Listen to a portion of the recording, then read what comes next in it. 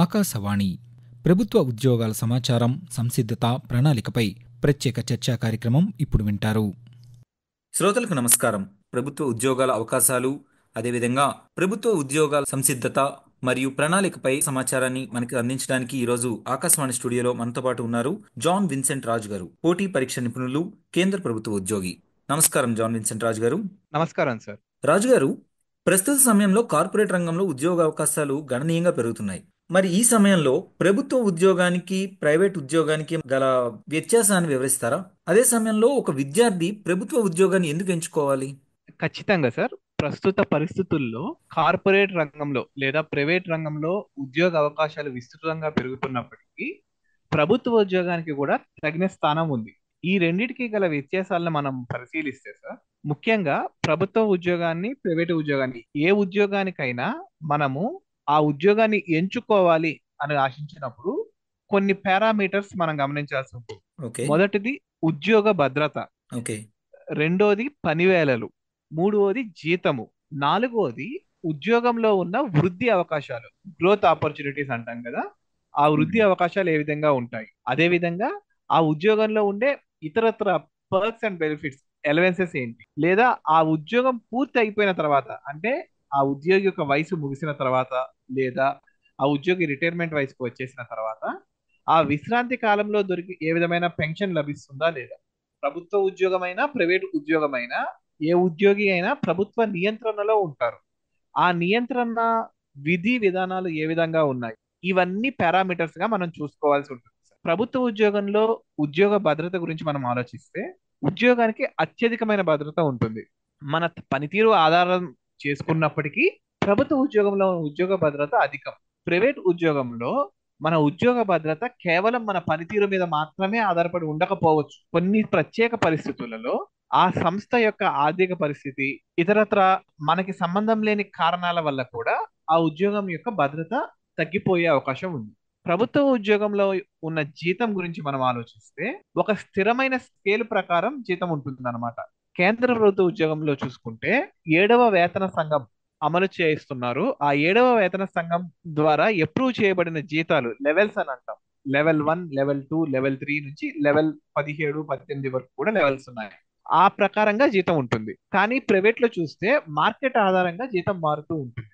ప్రభుత్వ ఉద్యోగంలో ఉన్న పనివేళలు సాధారణంగా 9:30 నుంచి 6 గంటల వరకు, లేదా 9 గంటల నుంచి 5:30 వరకు ఉంటాయి. ప్రైవేట్ ఉద్యోగంలో పనివేళలు ఒక్కొక్కసారి ఆ స్థాయిని మించి కూడా వెళ్ళిపోవచ్చు. ఎక్కువ పని గంటలు, ఎక్కువ ఒత్తిడి కూడా ఉంటుందన్నమాట. ఉద్యోగంలో ఉన్న వృద్ధి అవకాశాలు, ఈ గ్రోత్ ఆపర్చునిటీస్ ఏ విధంగా ఉంటాయంటే, ప్రైవేట్ ఉద్యోగంలో కేవలం పనితీరు, యజమానికి మన పట్ల ఉన్న భావన మీద మాత్రమే ఆధారపడి ఉంటుంది. కానీ ప్రభుత్వ ఉద్యోగంలో పదోన్నతి నిబంధనల ప్రకారం జరుగుతుంది. కాబట్టి ఒక విద్యార్థి లేదా ఇప్పుడు ఉద్యోగానికి సిద్ధపడుతున్న ఏ అభ్యర్థి అయినా కూడా ప్రభుత్వ ఉద్యోగమా ప్రైవేట్ ఉద్యోగమా అని ఆలోచించాల్సిన పరిస్థితిలో ప్రభుత్వ ఉద్యోగం, గవర్నమెంట్ ఉద్యోగంలో స్థిరత్వం, భద్రత, అదే విధంగా పదోన్నతులలో ఒక ప్రణాళికాబద్ధమైన విధానం ఉంటాయన్నమాట. ఓకే రాజు గారు, మరి ప్రస్తుత కాలంలో యువతకి అందుబాటులో ఉన్న కేంద్ర, రాష్ట్ర ప్రభుత్వ ఉద్యోగ అవకాశాల గురించి మా శ్రోతలకు తెలియజేస్తారా? ఖచ్చితంగా సార్. కేంద్ర ప్రభుత్వంలో ఉన్న ఉద్యోగాలన్నిటినీ 3 రకాలుగా వర్గీకరిస్తాం. మొదటిది గ్రూప్ ఏ, రెండవది గ్రూప్ బి, మూడవది గ్రూప్ సి. ఈ 3 రకాలుగా ఉన్న ఉద్యోగాలన్నీ వర్గీకరించబడతాయి. గ్రూప్ ఏ అంటే పై స్థాయిలో ఉన్న అధికారులు. ఈ అధికారులందరూ సాధారణంగా సివిల్ సర్వీసెస్ ద్వారా రిక్రూట్ చేయబడతారు. వీటికి గ్రూప్ ఏ పోస్టుల అన్నిటినీ యూపీఎస్సి రిక్రూట్ చేస్తుంది అనమాట. యూపీఎస్సి చాలా ఉద్యోగాలకి సంబంధించిన నోటిఫికేషన్స్ ప్రతి ఇయర్ రిలీజ్ చేస్తుంది అనమాట. వాటికి సంబంధించిన పూర్తి సమాచారం యూపీఎస్సి అఫీషియల్ వెబ్సైట్ లో మనకు లభిస్తుంది. UPSC.gov.in అనే పోర్టల్లో మనకి అన్ని పరీక్షలకు సంబంధించిన వయసు, విద్యార్హత, మనకి కావాల్సిన ఇతరత్ర అర్హతల జాబితా ఉంటుందన్నమాట. సివిల్ సర్వీసెస్ తో పాటుగా కంబైన్డ్ డిఫెన్స్ సర్వీసెస్ అనే ఒక పరీక్షను కూడా యూపీఎస్సి ప్రతి సంవత్సరము నోటిఫికేషన్ రిలీజ్ చేస్తుందన్నమాట. ఇవి మాత్రమే కాకుండా మనం ప్రతి వారము శనివారం లేదా ఆదివారం మనకి మార్కెట్లో ఎంప్లాయ్మెంట్ న్యూస్ లభిస్తుంది. ఈ ఎంప్లాయ్మెంట్ న్యూస్ లో ఏ విధమైన నోటిఫికేషన్లు రిలీజ్ చేయబడినా మొట్టమొదటిగా ఆ ఎంప్లాయ్మెంట్ న్యూస్ లో అచ్చివేయబడతాయి అన్నమాట. కాబట్టి డిగ్రీ పూర్తి చేసుకున్న ప్రతి అభ్యర్థి ప్రతి వారము కూడా ఈ ఎంప్లాయ్మెంట్ న్యూస్ చదువుతూ ఉంటే ఎన్నో రకాల నోటిఫికేషన్స్ ఆ ఎంప్లాయ్మెంట్ న్యూస్ లో మనకు దొరుకుతాయి. ఇది ఒక అలవాటుగా చేసుకోవాలి.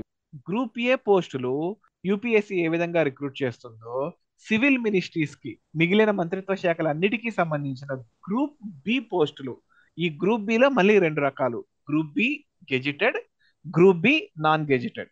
ఈ గ్రూప్ బి నాన్ గెజిటెడ్ పోస్టులను స్టాఫ్ సెలక్షన్ కమిషన్ భర్తీ చేస్తుంది అనమాట. ఆ పరీక్షని SSC CGL, staff selection commission combined graduation level exam అని అంటాం. ఎస్ఎస్సి వారి యొక్క అఫీషియల్ వెబ్సైట్ ఏంటంటే ssc.gov.in. Combined graduation level exam అంటున్నాం కదా. గ్రాడ్యుయేషన్ పూర్తి చేసిన అభ్యర్థులందరూ ఈ పరీక్షకి అప్లై చేసుకోవచ్చు. అదేవిధంగా combined higher secondary level exam notification కూడా ఇప్పుడు ఉంది. ఆ combined higher secondary level exam అంటే 10+2 పాస్ అయిన వాళ్ళు, అంటే ఇంటర్మీడియట్, మన తెలుగు రాష్ట్రాల్లో అయితే ఇంటర్మీడియట్ పాస్ అయిన వాళ్ళు ఈ పరీక్షకి అప్లై చేసుకోవచ్చు అన్నమాట. ఇవి కామన్ గా ఉండే పరీక్షలు. ఇవి కాకుండా ప్రతి సంవత్సరము స్టాఫ్ సెలక్షన్ కమిషన్ ఒక ప్రత్యేకమైన నోటిఫికేషన్ ని రిలీజ్ చేస్తుంది. దానినే సెలక్షన్ పోస్ట్ నోటిఫికేషన్ అంటాము. ఈ సెలక్షన్ పోస్టులు ఏ విధంగా ఉంటాయంటే వివిధ మంత్రిత్వ శాఖల్లో కొన్ని కొన్ని ప్రత్యేక అవసరాలకి ప్రత్యేక అర్హతలు కలిగిన ప్రత్యేక అభ్యర్థులు అవసరం పడతారు. ఫర్ ఎగ్జాంపుల్, వ్యవసాయ రంగాన్ని తీసుకుంటే ministry of agriculture and farmers welfare, వ్యవసాయము మరియు రైతు సంక్షేమ శాఖలో ఏపీపీఓ, అసిస్టెంట్ ప్లాంట్ ప్రొటెక్షన్ ఆఫీసర్ అనే ఒక పోస్ట్ ఉంటుంది. దానికి బిఎస్సి అగ్రికల్చర్ లేదా ఎంఎస్సి అగ్రికల్చర్ చదివిన అభ్యర్థులు అవసరం పడతారు. ఈ ఓకే. పోస్టులకు సంబంధించిన నోటిఫికేషన్ ఎస్ఎస్సి సెలక్షన్ పోస్టుల నోటిఫికేషన్ల ద్వారా భర్తీ చేస్తుంది. ఇలా కాకుండా కొన్ని కొన్ని యూనివర్సిటీస్ ఉంటాయి. అదే విధంగా కేంద్ర ప్రభుత్వ ఆధ్వర్యంలో నడవబడే హయ్యర్ ఎడ్యుకేషన్ ఇన్స్టిట్యూట్స్ ఉంటాయి. ఉదాహరణకు ఐఐటీలు, ఎన్ఐటీలు. మన ఆంధ్రప్రదేశ్లో చూసుకుంటే ఎన్ఐటి తాడేపల్లిగూడెం ఉన్నది. తెలంగాణ రాష్ట్రంలో ఎన్ఐటి వరంగల్ ఉన్నది. అదేవిధంగా ఐఐఎం విశాఖపట్నం ఉన్నది. Indian institute of management Visakhapatnam ఉన్నది. వీటిల్లో ఉన్న కొన్ని రకాల పోస్టులకు ఆ ఇన్స్టిట్యూట్సే ప్రత్యేకమైన నోటిఫికేషన్ రిలీజ్ చేస్తాయి. ఆ నోటిఫికేషన్స్ అన్ని ఎంప్లాయ్మెంట్ న్యూస్ లో పొందుపరచబడతాయి. ఓకే. ఇక్కడ ఇంకొక విషయం ఏమిటంటే, నేను డిగ్రీ చదివాను, నేను డిగ్రీకి సంబంధించిన పోస్ట్ మాత్రమే అప్లై చేస్తాను అని అభ్యర్థి ఎప్పుడూ ఆలోచించకూడదు. అభ్యర్థి ప్రతి పరీక్షకు అప్లై చేయాలి. ఎస్ఎస్సి ఎంటీఎస్ కానీ, సిహెచ్ఎస్ఎల్ కానీ, ఎస్ఎస్సి సిజిఎల్ కానీ, వారికి అర్హత ఉన్న ప్రతి పరీక్షకి అప్లై చేసేసి ఏ ఉద్యోగం ముందు లభిస్తే ఆ ఉద్యోగంలో జాయిన్ అయిపోవాలి. జాయిన్ అయిన తర్వాత ఏమవుతుంది, వారికి ప్రభుత్వంలో కొంత సర్వీస్ లభిస్తుంది. ప్రభుత్వ ఉద్యోగంలో 3 సంవత్సరాల సర్వీస్ పూర్తి చేసుకున్న ఉద్యోగులకు ప్రభుత్వం ఒక వెసులుబాటు కల్పించింది. ఇప్పుడు ఈ సాధారణ ఉద్యోగాలు 32 సంవత్సరాల వయసు వరకు మాత్రమే అప్లై చేసుకోవడానికి వీలుంది. ఎప్పుడైతే ప్రభుత్వంలో 3 సంవత్సరాల కంటిన్యూస్ సర్వీస్ పూర్తి చేసిన అభ్యర్థి ఉంటాడో అతనికి 40 సంవత్సరాల వరకు గ్రూప్ సి పోస్టులకు అప్లై చేసుకోవడానికి ప్రభుత్వం వెసులుబాటు కల్పించింది అనమాట. మరి మీరు చెప్పినటువంటి ఈ పోటీ పరీక్షలన్నిటికీ కూడా విద్యార్థులు డిగ్రీ లేదా ఇంటర్మీడియట్ సమయంలో ప్రిపరేషన్ స్టార్ట్ చేయాలంటారా? లేదా అంతకు ముందే ప్రిపరేషన్ స్టార్ట్ చేయాలంటారా? యాక్చువల్గా ఈ పరీక్షలో దేనికైనా విద్యార్థి కానీ అభ్యర్థి కానీ 10వ తరగతి పూర్తవగానే ఇంటర్మీడియట్ లో ఎంపీసీనా, బైపీసీనా, సిఈసీనా, హెచ్ఈసీనా అని తీసుకునే ఒక ఆప్షన్ ని కలిగి ఉంటాడు. అప్పుడే మన లక్ష్యాన్ని మనం నిర్దేశించుకుంటే త్వరగా గెలిచే అవకాశం ఉంది. సరే, ఇప్పుడు 10వ తరగతి పూర్తి అయిపోయింది, ఇంటర్మీడియట్ పూర్తి అయిపోయింది, గ్రాడ్యుయేషన్ పూర్తి అయిపోయింది. వీటి గురించి మనకు అవగాహన లేదు. సరే, ఇప్పుడైనా మనకు అవగాహన లభించింది అనుకోండి.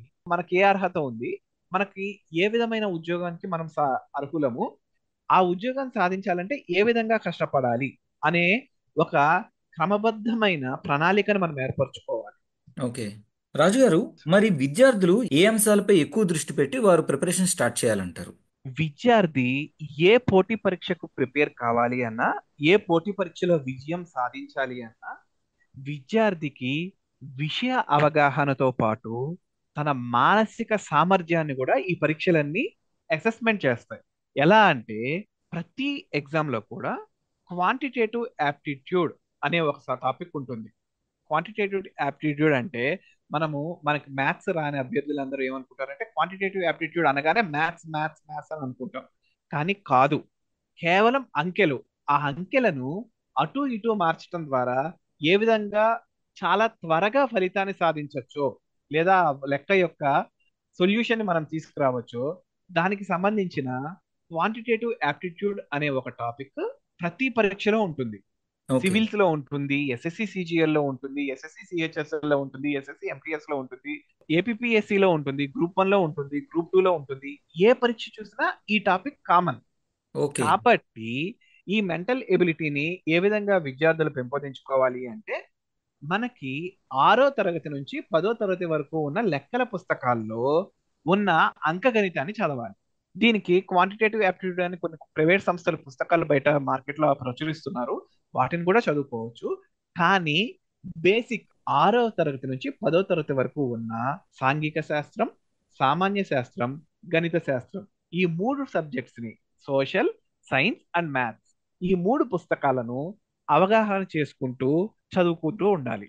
ఈ 5 తరగతులకు సంబంధించిన మ్యాథ్స్, సైన్స్, సోషల్, ఈ 3 పుస్తకాలను ఎన్సీఈఆర్టీ బుక్స్ మనకి పీడిఎఫ్స్ అవైలబుల్ ఉంటాయి వెబ్సైట్లోనే. అదే విధంగా స్టేట్ గవర్నమెంట్ బుక్స్ కూడా అవైలబుల్ ఉంటాయి.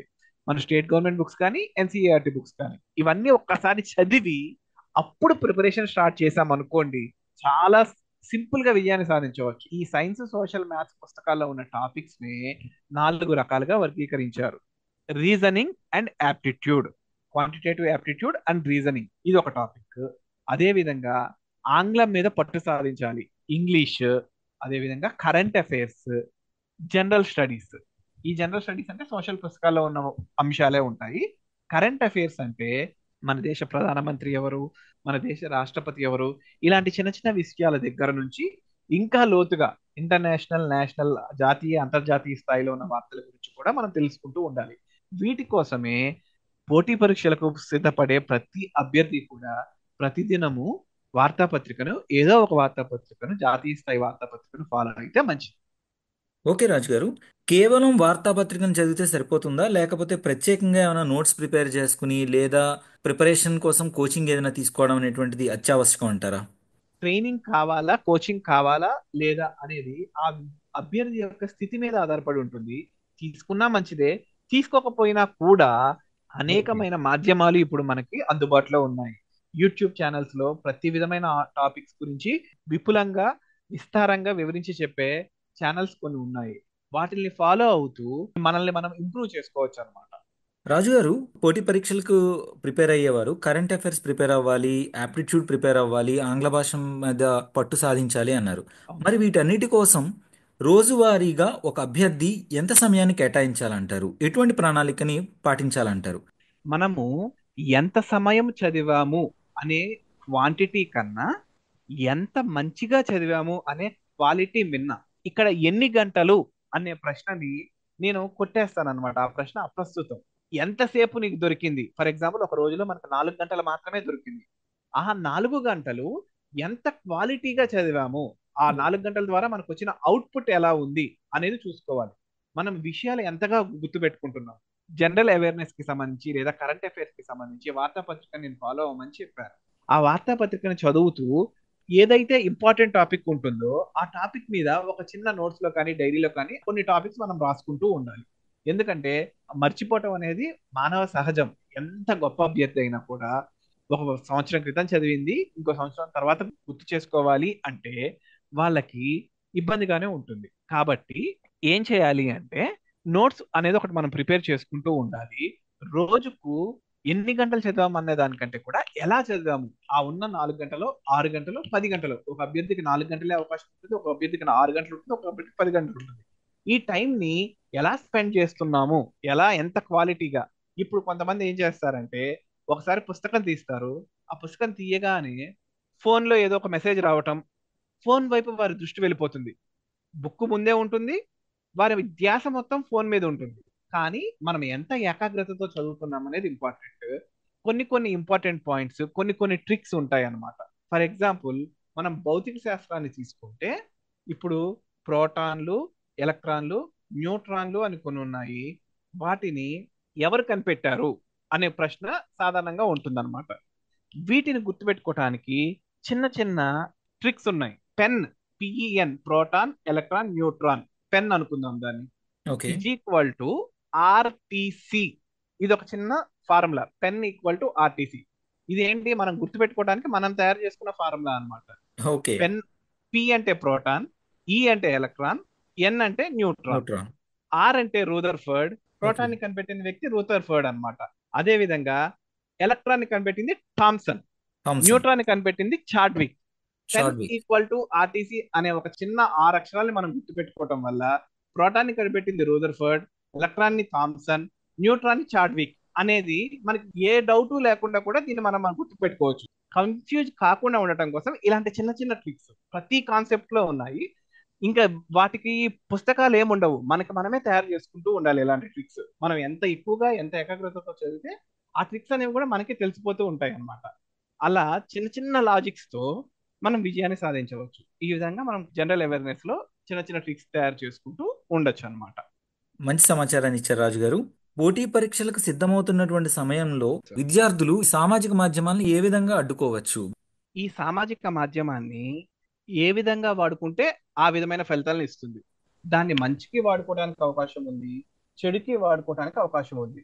మంచికి వాడుకోవాలి అనుకున్నప్పుడు దానిలో కేవలం చదువుకోవడానికి మాత్రమే కొన్ని గ్రూప్స్ ఉన్నాయి, దానికి మాత్రమే వాడండి. ఓకే. అది కాకుండా వేరే విధమైన ఈ సామాజిక యూట్యూబ్స్ లో అనవసరమైన వీడియోస్ అలాంటివి చూడటం మనం తగ్గించడం మంచిది. అదే విధంగా వీలైనంత వరకు ఫోన్ కి దూరంగా ఉండాలి. కేవలం మన చదువు మీద మాత్రమే కాన్సన్ట్రేట్ చేసినట్లయితే మనకి విజయం చాలా చేరువవుతుంది.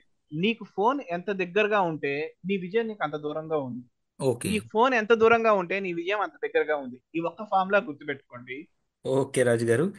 ఈ పోటీ పరీక్షల సంసిద్ధతలో ఉమ్, మాక్ టెస్ట్లు అనేటువంటివి చాలా ముఖ్యమైన పాత్ర పోషిస్తాయని చెప్పి అంటుంటారు. మరి అవును. వాటి యొక్క పాత్ర మీరే విధంగా విశ్లేషిస్తారు? మాక్ టెస్ట్ల ప్రాధాన్యత ఈ మధ్య భారీగా పెరిగింది. ఈ మాక్ టెస్ట్లు ఒక అభ్యర్థికి మూడు విషయాలు నేర్పిస్తాయి అన్నమాట. ముందు టైం మేనేజ్మెంట్ నేర్పిస్తాయి. ఓకే. తర్వాత తమ బలహీనతలు గుర్తుంచుకునే అవకాశపడుతుంది.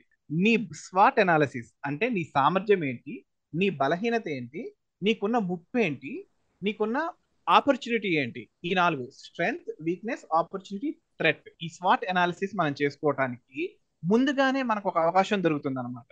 మూడవది, పరీక్షలో వచ్చే ప్రశ్నల సరళి ఏ విధంగా ఉంటుందనేది ఒక అభ్యర్థి అర్థం చేసుకోవడానికి ఉపయోగపడతాయి. కాబట్టి ఇప్పుడున్న పోటీ పరీక్షల కాలంలో ఈ మాక్ టెస్ట్లు చాలా కీలకమైన పాత్ర ఎన్ని మాక్ టెస్ట్లు రాస్తే అంత ఎక్కువ విజయం లభించడానికి అవకాశం ఉందన్నమాట. ఓకే రాజు గారు. ఇప్పుడు మీరు చెప్పినట్టు మాక్ టెస్టులు చేయడం వల్ల ప్రతి అభ్యర్థికి సమయ నిర్వహణ అనేటువంటిది అలవాటు అవుతుంది అన్నారు. ఉమ్, అసలు సమయ నిర్వహణ అనేటువంటిది పోటీ పరీక్షల్లో ఎటువంటి పాత్ర పోషిస్తుంది? అభ్యర్థి ఎటువంటి జాగ్రత్తలు తీసుకోవాలి? ఓకే. ఉదాహరణకు నేను ఒక పరీక్షను తీసుకుంటున్నాను, ఎస్ఎస్సి సిజిఎల్ అనే ఒక పరీక్షను తీసుకుంటున్నాను. ఆ ఓకే. పరీక్ష ఎంపిక విధానం మూడు స్టేజ్ల్లో ఉంటుంది. ఇప్పుడు రెండు స్టేజ్ల్లోనే ఉంది. Tier 1, tier 2, okay. Prelims, mains అనుకుందాం. ఓకే.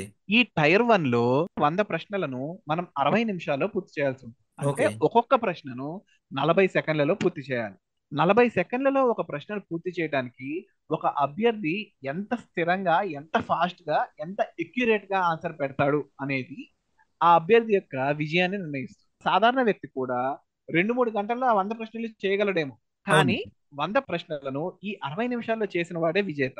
కాబట్టి ఈ టైం మేనేజ్మెంట్ అనేది ఇలాంటి పరీక్షలలో ఎంతో కీ రోల్ ప్లే చేస్తుంది అనమాట. మన విజయాన్ని నిర్ణయించేది టైం మేనేజ్మెంట్ మాత్రమే.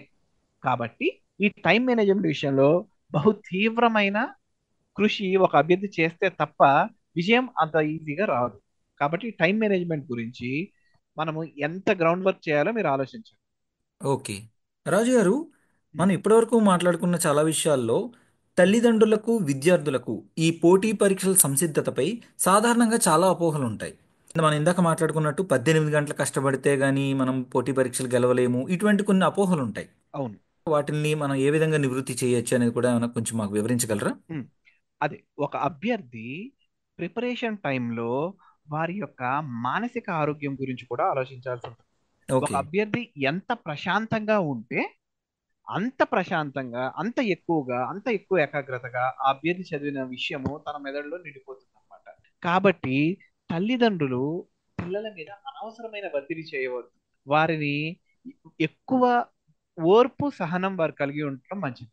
ఈ పరీక్షలకు ప్రిపేర్ అయ్యే సందర్భంలో తల్లిదండ్రులు సాధ్యమైనంత సహనంతో, ప్రేమతో వీళ్ళని ప్రోత్సహించాలి.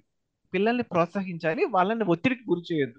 వారు చదివే సమయంలో వారికి ఎంత ప్రశాంతతను కలిగిస్తే వారి విజయం అంత త్వరగా వస్తుంది అనమాట. తల్లిదండ్రులు ఏం చేయాలంటే, ముందుగా ఇప్పుడు మన ఒక అభ్యర్థి లేదా విద్యార్థి గణితం మీద ఎక్కువ ఇష్టం కలిగి ఉన్నాడు అనుకోండి, వారికి ఈ ఎస్ఎస్సి సిజిఎల్ లాంటి పరీక్షలు విజయం సాధించే అవకాశం కొంచెం ఎక్కువగా ఉండేది. అదేవిధంగా సాంఘిక సామాన్య శాస్త్రాల్లో ఎక్కువ జ్ఞానాన్ని కలిగి ఉన్నారనుకోండి, లేదా ఎక్కువ వారికి ఇంట్రెస్ట్ ఆ సబ్జెక్టులలో ఉందనుకోండి, సివిల్స్ లాంటి పరీక్షల్లో విజయం సాధించడానికి అవకాశం ఉంటుంది. ఈ సివిల్స్ లాంటి పరీక్షలు మొదటగా ప్రిలిమ్స్ లో ఆబ్జెక్టివ్ టైప్ ఉన్నప్పటికీ మెయిన్స్ లో డిస్క్రిప్టివ్ అంటే వ్యాస రూపంలో రాయాల్సి ఉంటుంది. కాబట్టి వీలైనంత ఎక్కువగా వాళ్ళతో రాయించడానికి తల్లిదండ్రులు హెల్ప్ చేయాలి లేదా ప్రోత్సహించాలి. తల్లిదండ్రుల పాత్ర ఈ విధంగా ఉంటుంది. ఓకే.